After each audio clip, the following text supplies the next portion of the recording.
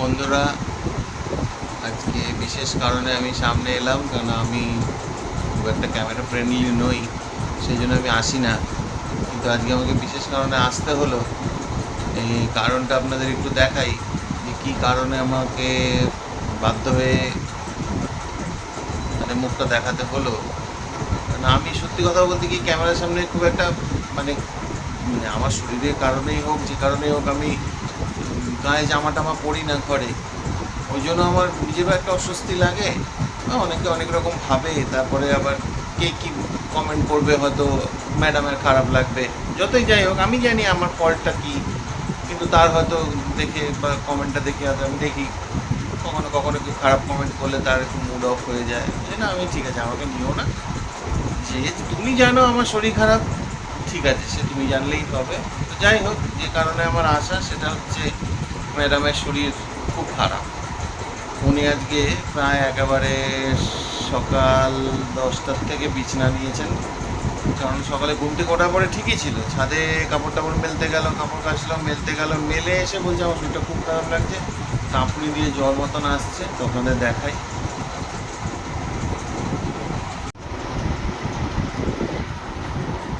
এই হচ্ছেন ম্যাডাম শুয়ে আছেন, আপনাদের দিদিভাই শুয়ে আছেন। কেননা ওর শরীর খুব একটা ভালো নেই। গেল ছেলের সঙ্গে গেছিল ওষুধের দোকানে, ওষুধ কিনে খেয়ে এখন একটু শুয়ে আছে।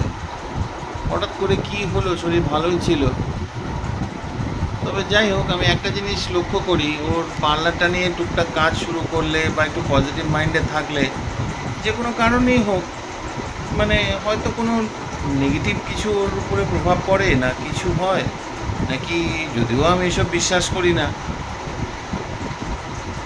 আমি দেখেছি যে পার্লারটা ওপেন করে টুকটাক করে কাজ টাজ শুরু হলেই একটু শরীর খারাপ হয়। এবার কাস্টমাররাও ফোন করে, একদিন কাজ করিয়ে গিয়ে সে হয়তো অন্য কাউকে রেফার করলো, এবার সে ফোন করলেই বলছে শরীর খারাপ হচ্ছে। তোমার এত শরীর খারাপ কেন হয়? আর সত্যি কথা বলতে কি, আমি ওই তন্ত্র মন্ত্র জাদু টোনা এসব বিশ্বাসও করি না। কিন্তু মনটা খারাপ হয় যখন একটা ঘটনা বারবার রিপিট হতে থাকে, তখন মনে হয় যে সত্যি কিছু আছে না কি হচ্ছে। যাই হোক, দেখি আজকের দিনটা, নাহলে আবার কালকে নিয়ে যেতে হবে ডাক্তারের কাছে। আজকে তো অঘরে ঘুমাচ্ছে। এখন তো কটা বাজে?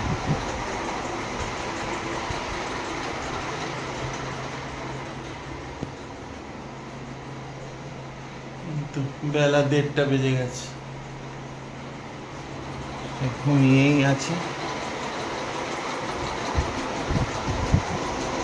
ঠিক আছে।